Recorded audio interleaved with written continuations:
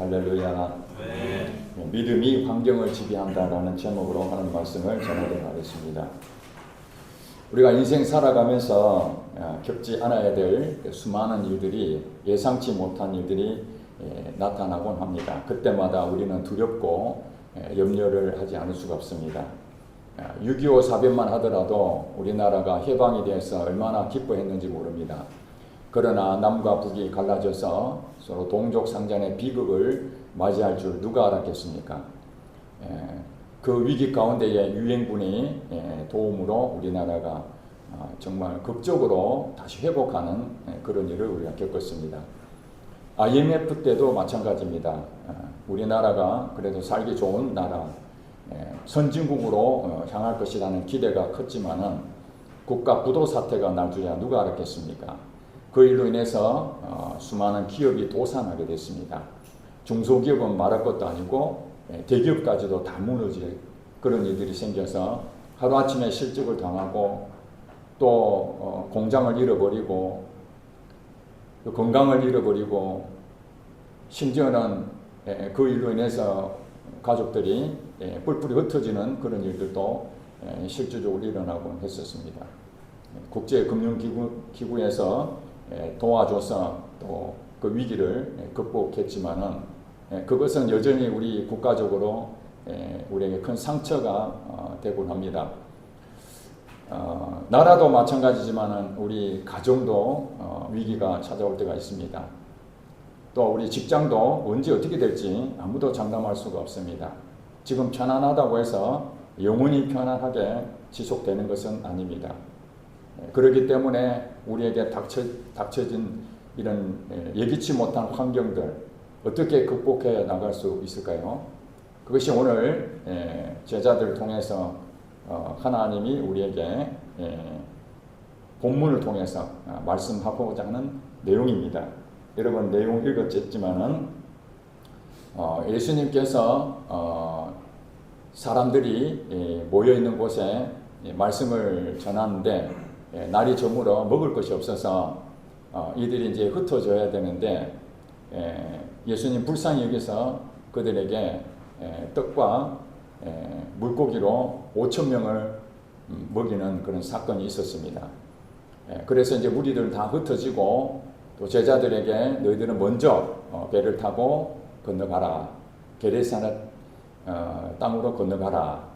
그리고 가려면 이제 배를 타고 갈릴리 바다라고 하기도 하고 호수라고 하는 큰 바다를 건너서 그들을 먼저 보내고 예수님은 한적한 곳에 가서 기도하러 가셨습니다.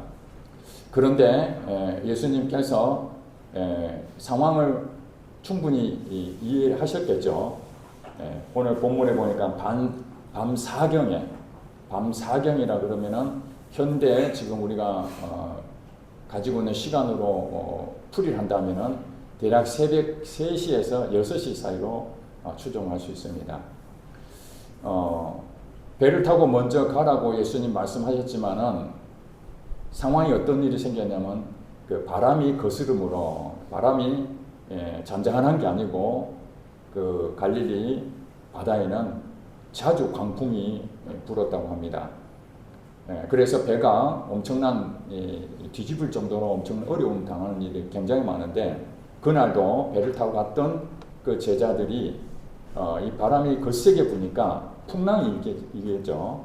우리 요즘처럼 엄청 큰 배 같으면은 웬만한 그 바람이 불어도 잘 견딜 수 있는데 아시다시피 당시의 배는 굉장히 작은 배들입니다.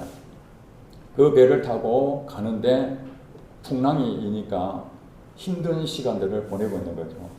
본문에 보니까 24절에 배가 이미 육지에서 수리나 떠나서 바람이 거스름으로 물결로 말미암아 고난을 당하더라. 예상치 않는 위기가 이 배를 타고 가는 사람들에게 만나게 된 것입니다. 6.25 사변이 우리나라에 예상치 못하게 온 것처럼 IMF가 예상치 못하게 우리나라에 임한 것처럼 코로나가 예상치 못하게 전 세계를 강타한 것처럼 예상치 못했던 일들이 이 상황에서 지금 나타나게 됐다는 것입니다. 그러므로 여러분들에게 당하는 이 환경들 감당할 수 없는 그런 환경이 나타날 때 어떤 상황이 됩니까? 고난을 당하게 돼요. 고통을 당합니다. 어려움을 당합니다. 이런 상황에서 예수님께서 새벽 3시에서 6시 사이에 그들한테 가는데 놀라운 일이 벌어집니다. 25절 밤사경 예수께서 어디 위로 걸어요? 바다 위로 걸어서 제자들에게 오시니 바다 위로. 여러분 제자들은 배를 타고 지금 가고 있습니다. 그리고 지금 현재 상황은 환경이 좋은 상황이 아닙니다. 잔잔한 그런 곳이 아니라 지금 풍랑이 일어서 배가 흔들리고 있는 그런 상황에서 예수님이 물 위를 걸어서 가고 있는 겁니다. 그러니까 실질적으로 예수님도 그 바람을 영향을 받을까요? 안 받을까요? 영향을 받은 상태입니다.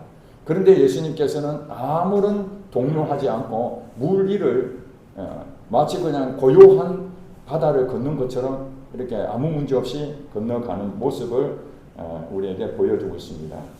자, 이렇게 되니까 26절에 제자들이 어느 한 사람이 가까이 자기 배로 오는 사람이 있는데 그가 누군가 유심히 보는 것이죠. 그가 바다 위로 걸어오심을 보고 놀라 뭐라고 말했다고요?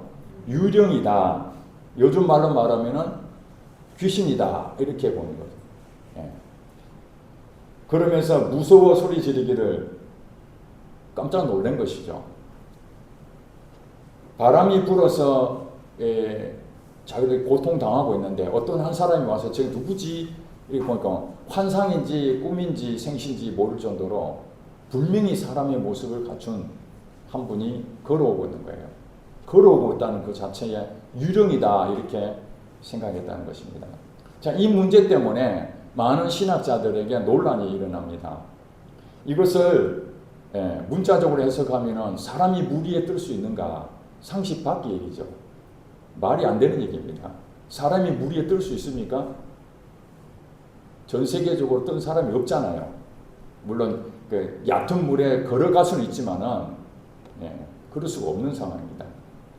그래서 신학자들도 이 부분에 대해서 동의를 하지 않는 사람들이 굉장히 많습니다. 또 교회 다니지 않는 사람들이 성경을 보고 의심하는 부분들이 바로 이 부분입니다. 예수님에 대해서 내가 충분히 공감하겠는데 물 위로 걸었다니 이거는 요즘 말로 말하면 이거 뭐 거짓말도 너무 크게 거짓말하니까 믿지를 않는 것이죠. 그랬는데 예수님과 함께 했던 제자들도 어땠다고요? 유령이다 이렇게 할 정도면은 당연히 이해가 되죠. 신학자들이나 그때 그 상황을 보지 못했던 사람들은 도저히 이해할 수 없는 것은 충분히 납득이 될 것입니다. 그럼에도 불구하고 이분이 물 위에 걸었다는 부분들은 우리 인간은 인간인데 인간하고 똑같지 않다라는 것도 가르쳐주고 있습니다. 이분이 누구시죠? 하나님이시라는 거예요. 하나님. 우리랑 똑같이 인간의 몸을 입고 오셨지만 그분은 전능하신 하나님이신 거예요. 그 전능하신 하나님이 이 우주 만물을 창조하셨다는데 이 우주 만물을 창조하신 그분이 물 위를 걷는다는 것은 쉬울까요? 어려울까요? 쉽지요. 물을 만드신 분이 물을 걷는데 지장을 받고 하면은 이게 창조주가 아니잖아요. 그래 이것을 보면서 우리는 창조주가 누군가? 물 위를 걸었다는 얘기는 물을 한마디로 통제하는 거죠. 다스리는 거죠. 사람은 통제할 수가 없는데 그 하나님은 통제한다는 것을 우리에게 보여주고 있습니다. 그러니 우리가 이제 알아야 될 건 무엇이냐면은 이 우리 환경, 이 어려운 모든 부분들도 우리가 당하고 있지만은 그 환경조차도 그것을 극복할 수 있는 분은 바로 누구라고요? 예수님. 바로 그 하나님이시라는 거예요. 하나님은 죽은 것이 아니라 하나님 살아 계신다는 것을 우리는 알 수가 있습니다. 자, 이런 상황에서 예수님께서 유령이다 하고 제자들이 소리 지르니까 예수님께서 이들에게 이르시되 27절에 안심하라. 예수님께서 말씀하신 안심하라. 다른 사람 얘기하면은 안심할 수가 없죠. 왜냐하면은 극복할 수 있는 능력이 없으면은 옆에서 아무리 걱정하지 마 이렇게 말한다고 안심이 됩니까? 이것을 다스릴 수 있는 능력이 있는 분이 걱정하지 마 그러면 안심이 되죠. 왜냐하면 그분이 능력이 있으니까. 여러분 환경에 정말 여러분들이 이것을 어떻게 돌파할 것인가, 어떻게 해결할 것인가 그렇게 하고 있는데 별 볼 일 없는 사람이 걱정하지 마, 내가 있잖아. 아무리 해봐도 그게 위로가 되겠습니까? 위로가 안 됩니다. 그런데 정말로 이 환경을 충분히 그것을 감당하고도 남는 그런 분이 내게 걱정하지 마라, 내가 다 알아서 해줄게. 그러면 여러분들은 당장에는 일어나지 않는다 하더라도 마음이 어떻습니까? 위로가 되고 안심이 되는 거죠. 그렇습니다. 이 제자들은 유령인가 하고 예수님을 쳐다봤지만은 진짜 예수님이 오신 거예요. 그래서 안심하라, 두려워하지 마라. 사람에게는 환경을 예상치 못했던 환경을 겪게 되면은 두려워합니다. 코로나에 의해서 지금은 코로나에 대해서 극복했기 때문에 두려워하는 사람 아무도 없잖아요. 코로나 때문에 마스크 쓰고 뭐 여러 가지 우리가 정말 난리를 쳤는데 지금 생각하면 어이가 없을 정도로 참 그렇게 두려웠기 때문에 그렇게 조치를 취할 수밖에 없죠. 그리고 코로나를 인해서 많은 사람 죽었잖아요. 혹시 나도 죽을까 싶어서. 그래서 두려우니까 그런 마음을 갖게 되는 것은 당연한 것입니다. 고통당하고 두려워하는 것은 아무나 하는 것이 아닙니다. 그래서 이런 상황에서 예수님께서 두려워하지 말라 그러니까 베드로가 이제 안심하고 예수님 앞에 뭐라고 대답합니까? 주여, 만일 주님이시거든 나를 명하사 물 위로 오라 하소서. 주님이시거든. 이거 한번 확인하는 거죠. 예수님이 아니시라면 아무 의미가 없지만은 만약에 하나님의 아들 전능하신 바로 그분 예수님이시라면 나를 명하여 어떻게 하라고요? 물 위로 그러니까 어떻게 말하면은 나를 명하서 물 위로 오라 하소서 하는 것은 예수님처럼 똑같이 물 위로 걷게 해달라 그런 얘기잖아요. 지금 그런 상황입니다. 그러니 실질적으로 배하고 예수님의 간격이 어느 정도 된지는 정확하게 나와 있지는 않아요. 그러나 나중에 베드로가 예수님께서 오라고 명하니까 배에서 뛰어내렸죠. 뛰어내리고 예수님 앞에까지 왔습니다. 그게 어느 정도인지는 나와 있지 않지만 거의 예수님 앞에까지 근접해 왔다는 걸 알 수 있습니다. 왜냐하면 나중에 물에 빠질 쯤 되니까 예수님이 즉시 손을 잡아줬다니까 멀리 있는 것이 아니라 근접한 상황까지 왔다는 것이죠.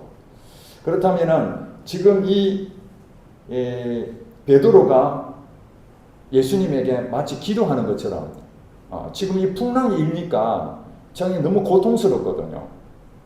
지금 배 안에 있는 제자들이 같이 경험하고 있는 겁니다. 이 환경에 힘든 상황을 지배를 받고 있는데 여기서 예수님이 물 위를 걷는다면 그렇다면 나는 거기에서 위기를 극복하지 않겠는가. 이제 이런 생각으로 예수님 만일 주님이라면 나를 명하사 물 위로 오라 하소서. 이 얘기는 사실 불가능한 얘기를 지금 기도하고 있는 것이죠. 예수님은 가능할지 모르지만 베드로는 물 위에 걸을 수 있는 상황이 안 되잖아요. 하나님 아들도 아니니까 순수한 인간이거든요. 그런데 지금 베드로가 이 얘기했다는 것은 제정신이 아닌 거예요. 지금 무슨 얘기 아시겠죠? 정신이 온전하다면 절대 그 바다로 들어오라고 기도도 안 할 것입니다. 그런데 그 순간적으로 예수님을 딱 바라보니까 믿음이 생긴 거예요. 예수님이 물 위로 걸었다면 나도 예수님처럼 물 위에 한번 걸어보고 싶다 하는 것이 순간적으로 믿음으로 온 것이죠. 다른 제자들은 가만히 있는데 베드로만 그 생각을 한 거예요. 아마 성향적으로 그런 마음이 있는 것 같아요.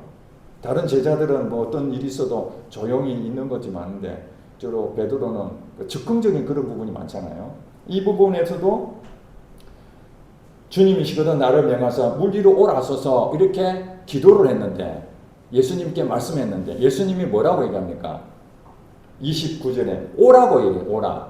자, 여러분 아무 때나 여러분 생각에 내가 예수님 믿으니까 내가 물 속으로 뛰어 들어가도 나는 물 위에 걸을 수 있을 것 같다. 그런 자신감이 엄청 크다 하더라도 여러분이 만약에 뛰어내렸다. 예수님한테 아무 물어보지 않고 뛰어내렸다. 그러면은 빠져 죽을 수도 있다는 걸 아셔야 됩니다. 이 내용을 잘못 알고요. 예전에 수련회인가? 기도원에 여름에 이제 예, 수련회를 많이 하잖아요. 여름 산상 수련회 이런 것처럼. 기도원에 갔는데 어느 자매들이 예, 이 말씀을 생각한 거예요. 물이 불어나가지고 예, 내 가운데 건너야 되는데 예, 그냥 건너기가 조금 물이 많이 찬 거예요. 그런데 한 자매가 이랬습니다. 베드로도 물 위로 걸었지 않느냐. 예수님 걷는데 물 위로 걸은 것처럼 우리도 이 물이 지금 찰랑찰랑하지만 우리도 건너면 충분히 안 건너겠나. 믿음으로 가자. 그래갖고 세 자매가 건너다가 물에 빠졌다는 그 사실. 제가 그 얘기를 들었습니다. 그러면은 성경에서는 베드로는 물 위를 걸었는데 왜 그 자매들은 다른 것이 아니라 믿음을 가졌어요. 분명히. 하나님 믿었고 그 다음에 수련회에 참석하기 위해서 기도원을 가는 과정이니까 나쁜 짓 하는 것도 아니에요. 선한 마음이에요. 근데 그 냇가에 물이 많이 이렇게 불어난 냇가를 건너다가 물에 빠져서 휩쓸려 갔다는 그 상황이 우리가 이해가 되겠습니까? 한 가지 딱 우리는 알아야 되는 이유에서 예수님 뭐라고 그랬습니까? 오라 말씀하셨죠. 그러니까 믿음이라는 것은요, 그 말씀을 근거로 믿는 겁니다. 말씀의 근거로. 근데 예수님이 아무 말씀도 안 했는데 물에 빠지지 않을 것은 난 믿습니다 하고 물에 뛰어내려 본들 베드로는 빠져 죽을 수도 있었어요. 그러니까 베드로가 예수님 오라 말을 안 했는데 뛰어내렸다면은 그거는 자기 믿음이죠. 예수님하고 관계없는 자기 믿음. 그렇게 믿는 사람이 많습니다. 사업을 하는데 하나님께서 이 사업에 대박 나게 하셔서 많은 사람을 도와주게 하실 줄도 믿습니다. 그러면 기도를 어떻게 해야 되냐면 하나님 제가 이 사업을 하려고 하는데 하나님 하는 게 좋겠습니까? 만일 주시어든 내가 이 사업을 하는데 하나님께서 말씀해 주시옵소서. 그러면 하나님께서 감동에 어떤 여러 가지 사인으로 하라 그렇게 말씀하시면은 그 말씀을 믿고 여러분이 사업을 하셔야 됩니다. 그렇게 해야 그 사업이 부도가 나든 아니면 흥하든 그건 모든 책임을 하나님이 다 지십니다. 그런데 하나님께서 사인 하나도 주지 않았는데 내가 좋은 뜻이라고 야 이건 괜찮겠다.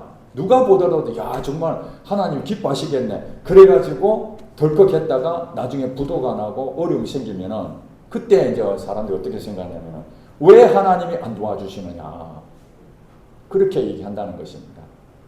믿음이라는 것은 자기 확신을 갖는 그것이 아니고요. 하나님 말씀의 기준에 믿어야 됩니다. 그래서 베드로가 물 위를 걸을 수 있는 유일한 방법은 예수님께서 오라 이렇게 말씀하셨기 때문에 그 말씀을 붙잡고 바다에 뛰내린 겁니다. 뛰내렸는데 진짜 가라앉지 않고 물 위에 뜨게 된 거예요. 여러분 상상을 해보세요. 예수님이 물 위에 걸었지만은 베드로도 물 위에 걸을 줄에 상상을 했겠습니까? 인간적인 계산하면 말이 안 되는 얘기인데 그 순간적으로 예수님에 대한 믿음이 생겨서 한번 뛰내려 보겠다. 그래서 그럼에도 불구하고 자기 확신으로 뛰내린 것이 아니라 만일 주시어거든 내가 이 물 위에 뛰어내리겠습니까? 뛰어내려라. 그러니까 그 말씀을 의지하여 뛰내렸는데 물에 가라앉지 않고 뜨게 된 것이죠. 그러면서 예수님 앞에 한 걸음 한 걸음 갑니다. 그럼 베드로는 지금 누구를 보고 가는 겁니까? 예수님 보고 가는 거죠. 지금 현 상황은요. 바람은 계속 불고 있습니다. 배는 지금 풍랑이 일어가지고 그 제자들은 고난을 지금 당하고 있습니다. 베드로는 뛰어내렸습니다. 물 위에 가라앉지 않고 예수님처럼 당당하게 걸어가기 시작합니다.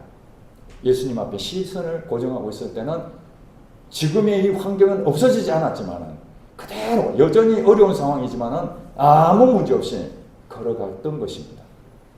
그랬는데 문제가 생겼습니다. 가다 보니까 바람이 계속 세찬 것을 자기도 모르게 보게 된 거예요. 30절 보시나요? 30절에 보니까 바람을 보고 무서워 빠져가는지라 소리 질러 이르되 주여 나를 구원하소서. 바람을 보고 요 앞전까지는 예수님만 바라보고 물 위를 걸어서 당당하게 걸어갔는데 바람을 갑자기 보게 되니까 예수님이 보입니까? 바람이 보입니까? 두 개 동시에 보이는 게 아니고 바람을 본다는 얘기는 예수님을 보는 시선이 사라져버린 거예요.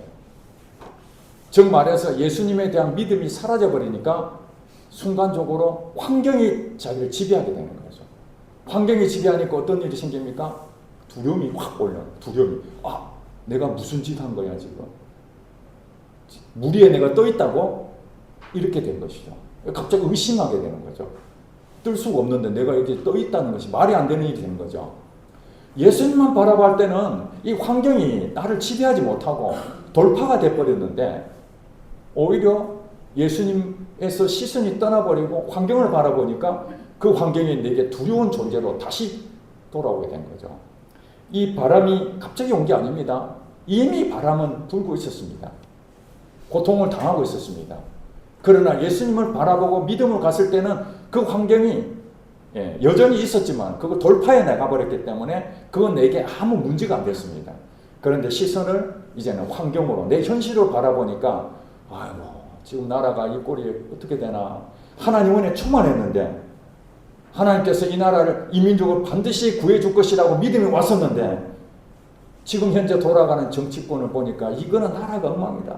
다시 두려워 생기고 야 우리나라 망하는 거 아니야? 공산주의 되는 거 아니야? 현실로 돌아가 버리니까 의심이 되는 거예요. 갑자기 이 나라를 지켜주시겠다는 그 하나님 어디로 가버리고 그런 일이 생길 수 있는 거죠. 또 우리 가정에 대해서 위기가 있는데 그 위기 있지만 하나님 바라볼 때 당당한 마음이 생겼습니다. 이 문제는 그대로 존재하고 있지만 그래 하나님께서 함께 하신다면 이 가정을 지켜주실 것이다. 그런 마음이 확신해서 이 환경은 여전하지만 그래도 마음이 평안한 마음. 바람은 계속 불고 있는데 내 마음이 평안하니까 이 바람이 아무 영향을 못 미치는 거죠. 그런 상태에 있는데 또 여러분 직장이 위기 가운데 출렁거리고 도저히 이거는 이제 뛰어내려야 될 그런 상황이 왔는데 하나님을 바라봤을 때 그 직장이 어떤 상황이 되든지 간에 내 마음이 평안한 마음이 된다면 바로 베드로가 물 위를 걷는 것과 같다는 거예요. 물 위에 걷는 거예요. 환경은 여전하지만 물 위에 걷는 그 믿음이라는 것은 예수님을 바라볼 때 가능한 거죠. 그러니까 우리는 그 시선을 예수님께 바라보느냐 아니면 현실을 바라보느냐 여기에 따라서 완전히 상황이 달라집니다. 똑같은 베드로입니다.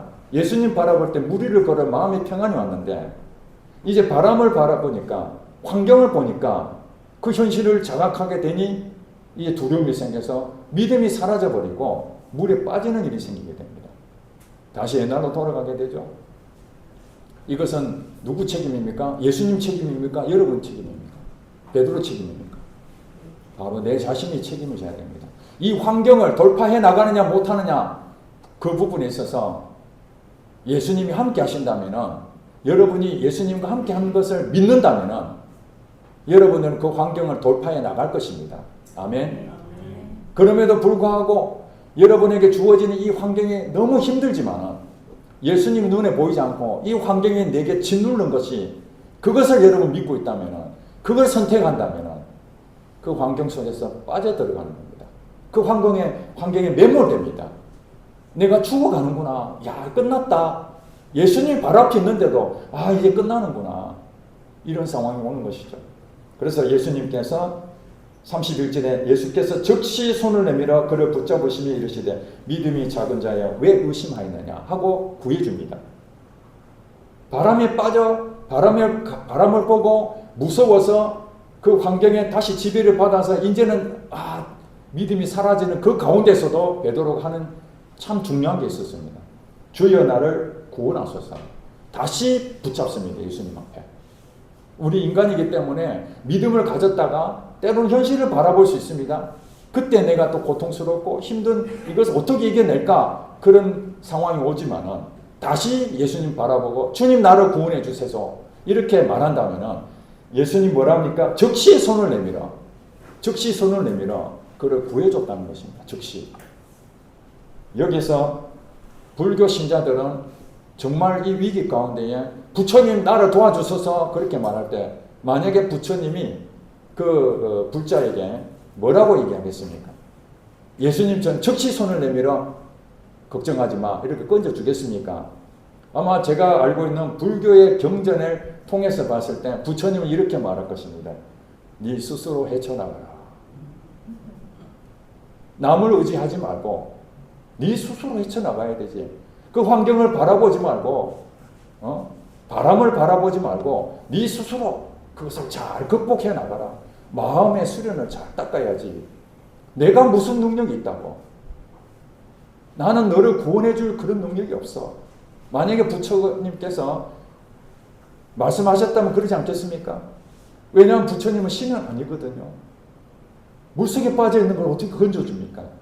물론 제가 불교 서적 보니까 말도 안 되는 신화들이 많이 있긴 있습니다. 성경만 그런 게 아니라 불교 경전에도 초자연적인 그런 일들이 많이 일어납니다. 그래서 뭐 문수보살, 뭐 자장보살, 뭐 여러 가지 관세음보살 이런 보살들이 있어요. 제자들. 그런 사람들이 많이 신으로 다 바꿔져 있어요. 그래서 불교 신자들이 뭐 문수보살님 나를 도와주세요. 지금 우리 자녀가 합격하게 해주세요. 우리 회사를 위기 가운데 건져주세요. 우리 가정의 위기를 도와주세요. 그렇게 하면은 그렇게 공덕을 쌓고 마음의 수련을 하면은 도와준다고 그럽니다. 어떻게 말하면 소 뒷발에 쥐잡기입니다. 완전히. 어쩌다가 그것이 해결되면 그래 그래도 문수보살님이 도와주셔가지고 우리가 해보게 됐네. 그렇게 연결시킬 수는 있을지 모르겠습니다. 그러나 역사적인 사건입니다. 부처는 신이 아니고 죽었습니다. 그런데 예수님은 죽었습니까? 살았습니까? 살아계십니다. 왜냐하면 그분은 전능하신 하나님이시기 때문에. 우리가 믿는 하나님은 죽은 하나님이 아닙니다. 전능하신 하나님이십니다. 환경을 이기시는 분이십니다. 그렇기 때문에 어떤 사람은 그래요. 예수 믿는 사람들이 남을 자꾸 의지하느냐. 네 스스로 해야 되지. 그 불교적인 생각입니다. 내 스스로 자립해서 물론 남한테 피해를 안 주고 내가 독립해가지고 자수성가하는 게 제일 좋겠죠. 그러나 여러분 위기라는 것이 내 혼자서 이길 수 있는 힘만 있는 건 아니잖아요. 감당 못하는 일이 얼마나 많습니까? 우리나라가 힘이 없어서 6.25 사변 때 북쪽에 무기나 여러 가지 환경적으로 이길 수 있는 환경이 안 되잖아요. 북한에서는 소련제의 탱크하고 뭐 여러 그 무기들이 우리나라는 차이가 월등하고 지금은 우리가 앞섰지만 그 당시에는 우리는 힘이 없을 정도입니다. 그래서 낙동강까지 완전히 점령당할 그 상황에서 그러면 누구만 네 스스로 구원해라. 그래 되겠습니까? 그 상황에서 우리는 자주 독립이 필요해. 그 상황이 안 되는 겁니다. 우리가 힘이 있었을 때는 그 독립하고 자주 독립이 필요하겠지만은 어려운 상황에서는 다른 사람의 도움이 필요한 거죠. 그래서 유엔군이 와서 미군이 와서 도와주고 해보게 되는 거 아니겠습니까?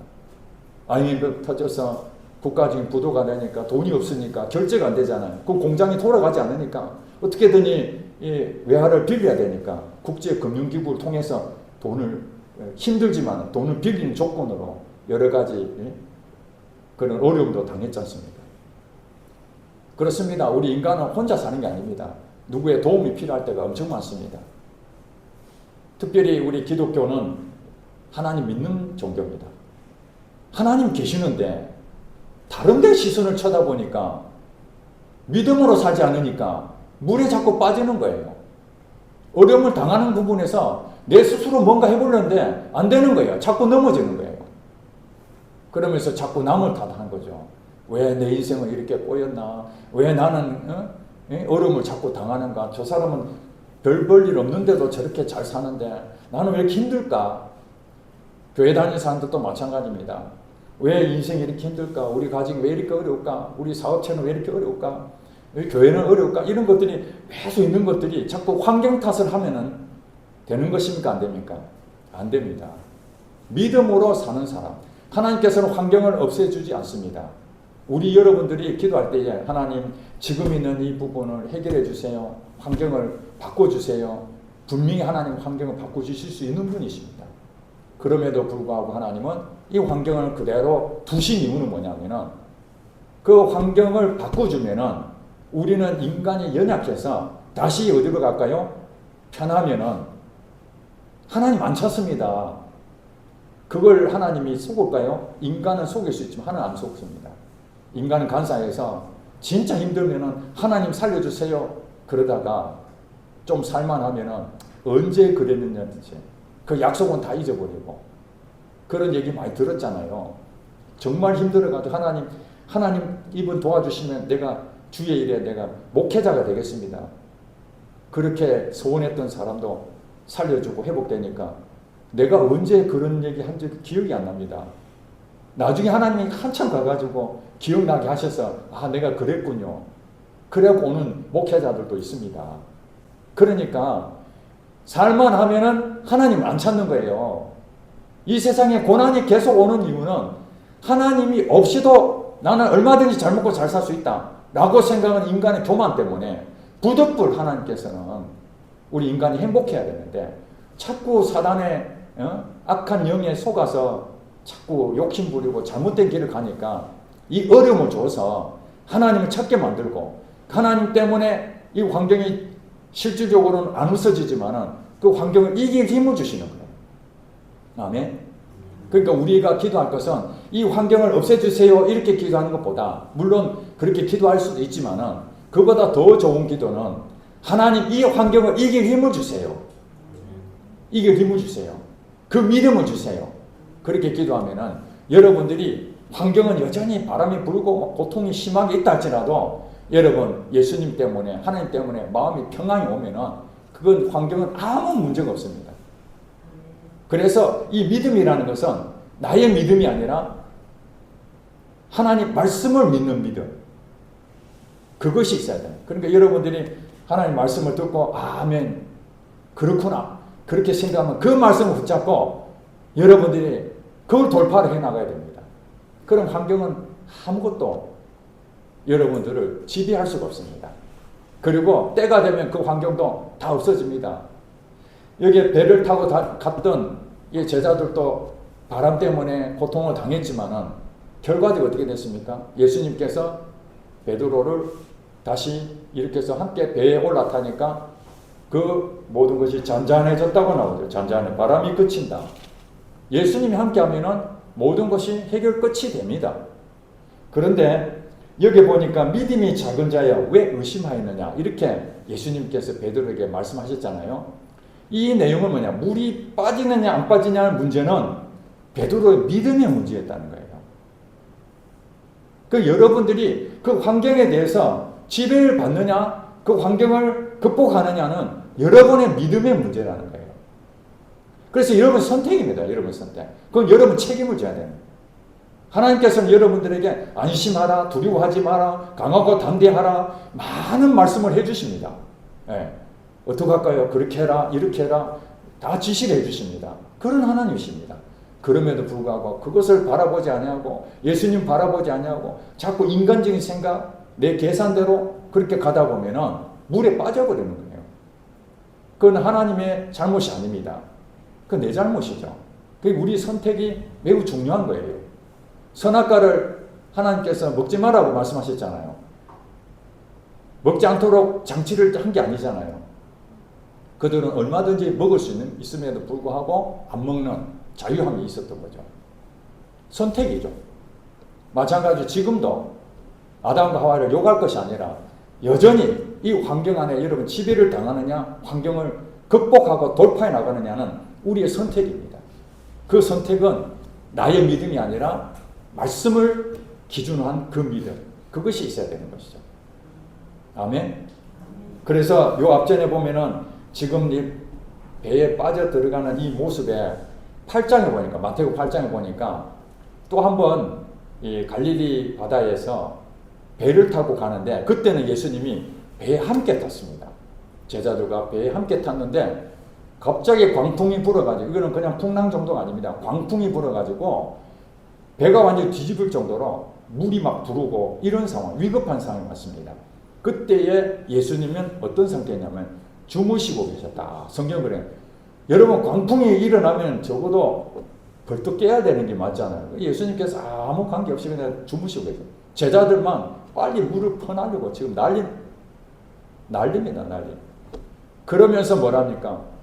예수님이 주무시고 계시니까 막 깨워서 선생님이요 우리가 죽게 됐는데 지금 주무셔도 되겠습니까? 빨리 이거 수습을 해주셔야 되지. 이렇게 말해요. 예수님께서 믿음이 작은 자들아 이렇게 또 얘기합니다. 믿음이 작은 자들아. 그러면서 광풍의 그 바람과 바다를 꾸짖으니까 잠잠해졌다는 거예요. 여러분, 예수님과 함께 배에 탔는데도 불구하고 제자들은 예수님이 하나님의 아들이신 신이시라는 것을 망각하고 광풍을 바라보니까 그 믿음이 다 어디 가버렸겠어요. 우리 기독교인들이 참 안타까운 것이 뭐냐면 예수를 안 믿는 사람들은 부처의 가르침처럼 내 스스로 해결해야 되니까 힘이 들더라도 어떻게든지 살아보려 애를 쓰는데, 예수를 믿는 사람들은 전능하신 하나님을 믿고 있으면서 전능하신 하나님이 내 안에 계셔서 무엇이든지 다 해줄 수 있는데 그분을 의지하지 아니하고 그 광풍을 바라보고 계속 물이나 퍼날리고 배가 안 뒤집어지려고 계속 노력하면서 내가 죽게 생겼구나 지금 한탄하고 있다는 거예요. 이 얼마나 참 기가 막힌 일입니까? 이 시간 여러분들 완벽한 믿음이 있는 사람 아무도 없습니다. 때로는 광풍을 바라볼 때에, 환경을 바라볼 때 참 죽겠구나, 힘들다 이런 생각하지만은 그럼에도 불구하고 주님을 바라보시고 그 시선을 다른 데 돌리지 마시고 계속 주님만 바라보시면은 이 환경은 나를 지배하지 못합니다. 그리고 여러분들이 어떤 일을 하더라도 반드시 하나님 말씀하신 것을, 그 말씀을 붙잡고 그 믿음으로 사시면 됩니다. 그러면은 그 환경은 시간이 지나면은 예수님께서 안심하라, 두려워하지 마라, 손을 즉시 내밀어서 바로 구원해 주시는 그런 분입니다. 여러분 앞에 지금 손을 바로 잡지 못한 것은 안 해도 지금 빠져 죽지 않기 때문에 즉시 손을 안 잡아줄 뿐입니다. 지금 완전히 빠져 죽을 것 같으면 하나님께 급해서 그냥 바로 건집니다. 이해가 되시죠? 아브라함도 이삭을 죽이려 했을 때 제물을 바쳐라는데 천천히 했었으면 하나님도 천천히 보고 있었을 것입니다.